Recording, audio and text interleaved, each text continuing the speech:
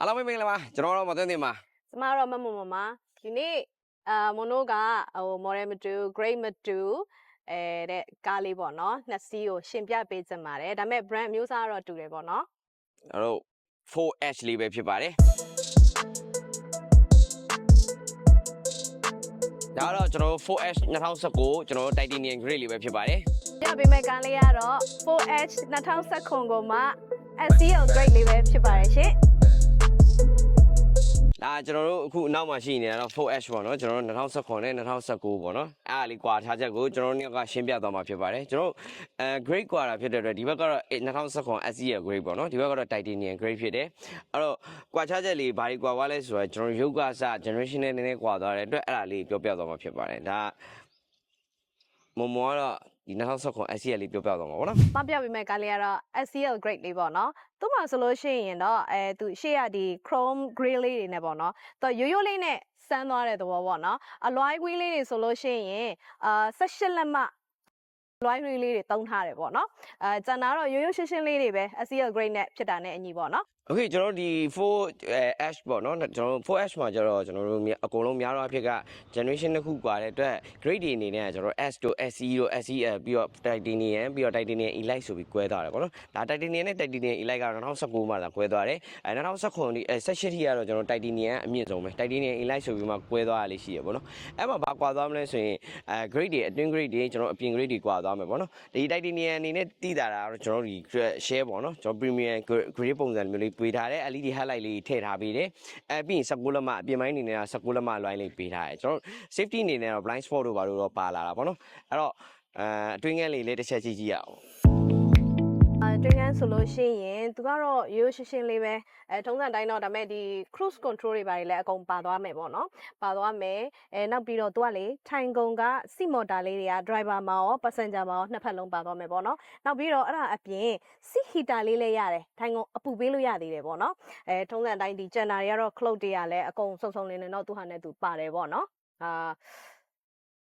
ပြီးတော့ဒါလေး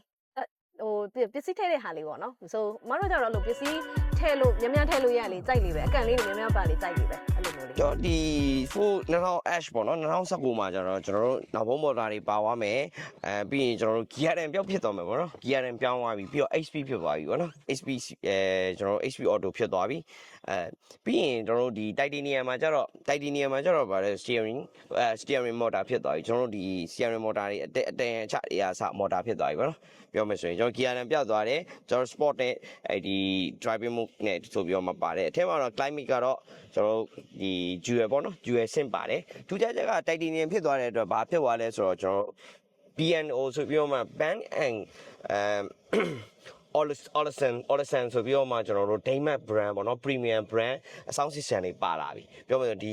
premium sound system ကြိုက်တဲ့လူဆိုရင်တော်တော်များများတည်တယ်အဲ့တော့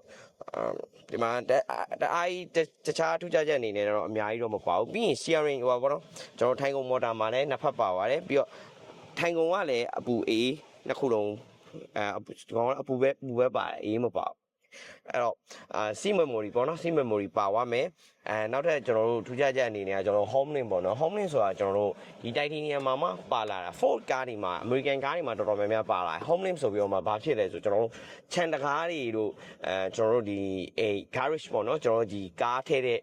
ကိုတောင်တွေမှာကျွန်တော်တို့တကားတွေမှာ motor တက်ကြတယ် motor တက်ကြတော့ F frequency ကိုဒီထဲမှာထည့်လို့ရတယ်ဒီရောမှာထည့်လို့ရတော့ဒီကောင်နေလိုက်တာနဲ့ကျွန်တော်ပြန်ပြီးအိမ်ပြန်ပြီးဆိုရင်ကျွန်တော် channel ကားကြီးဆိုရင်ခု motor တက်တယ်ပေါ့နော်ကျွန်တော်အိမ် channel ကားဆိုရင်ကျွန်တော် remote ကင်ထားရတယ်အဲ့ remote ရဲ့ frequency ကိုဒီထဲမှာထည့်ထားရုံနဲ့ကျွန်တော်တို့ကဒီဟာအသုံးပြုရုံနဲ့ကျွန်တော် channel ရောက်ပြီး channel ရောက်ပြီးဆိုရင်တကားလေးဖွင့်လိုက်တာနဲ့ motor နဲ့ချိတ်ဆက်လို့ရတယ်ပြီးတော့2019ဖြစ်သွားတဲ့အတွက်ကျွန်တော်တို့ဒီ CarPlay Apple CarPlay တွေအကုန်လုံးပါလာပြီပေါ့နော်airbag ကတော့7လုံးပါတယ်leather seat တွေကတော့ပုံမှန်တိုင်းမပြောစရာမရှိဘူးပေါ့နော်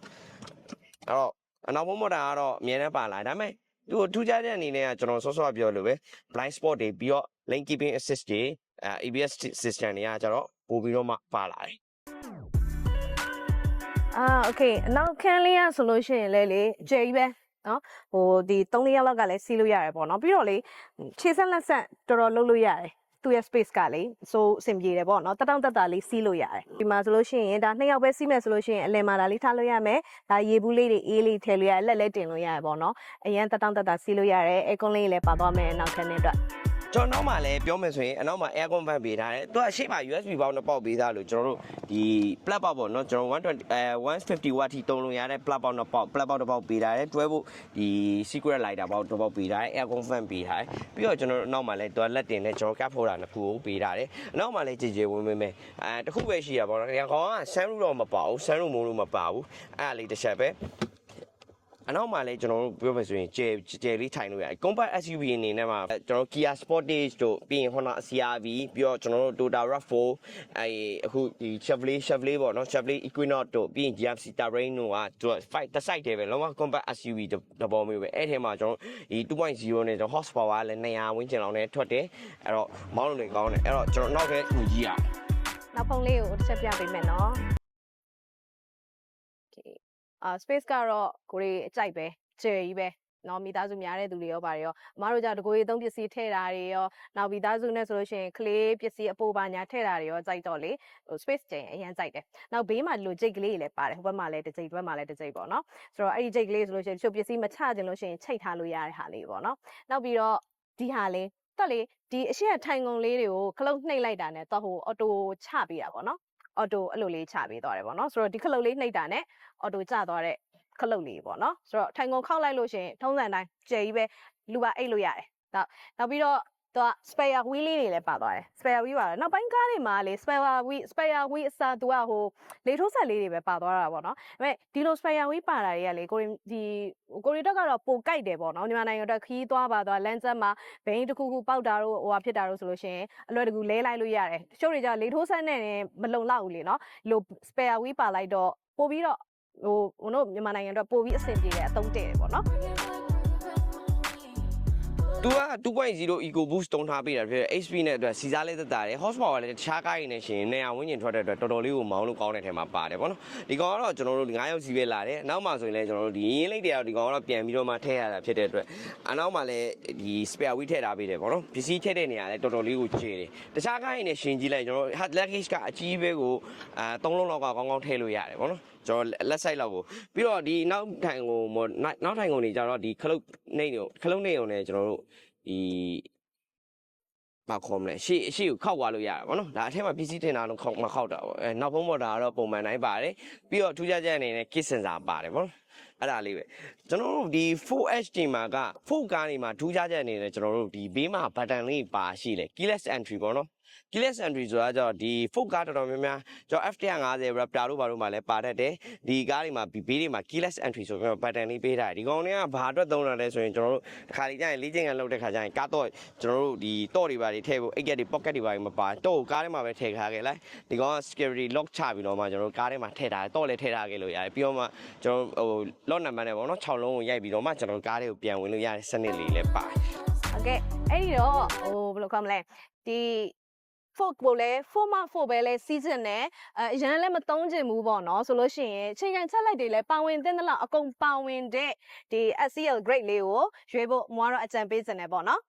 ကျွန်တော် premium ဆန်ဆန်ပေါ့နော် luxury ဆန်ဆန်နဲ့ကျွန်တော်တို့ကားကောင်းကောင်းလည်းသုံးကျင်တယ်စီစားလည်းတက်တာမယ် grade အမြင့်လည်းသုံးကျင်တယ်ဆိုတော့ကျွန်တော်2019 titanium grade လေးကိုသုံးတာတော့ပို့ပြီးတော့ကောင်းတယ်ပေါ့နော်အဲ့တော့ကျွန်တော်တို့ဈေးနှုန်းလေးကတော့ဒီ SC 2019နဲ့2019နဲ့ဈေးတွေကနည်းနည်းလေးကွာပါတယ်3000အော်နဲ့3000အော်ဖြစ်တဲ့အတွက်ကျွန်တော်တို့ဈေးနှုန်းကတော့ကျွန်တော်ဖုန်းဆက်ပြီးတော့မေးပြပါပါတော့ကျွန်တော်တို့ဒီမှာရေးချနေပဲဖြစ်ဖြစ်ကျွန်တော်တို့ cash ရှောင်းနေပဲဖြစ်ဖြစ်အလဲထက်နေပဲဖြစ်ဖြစ်လာရောက်ဝယ်လို့ရပါတယ်ဟုတ်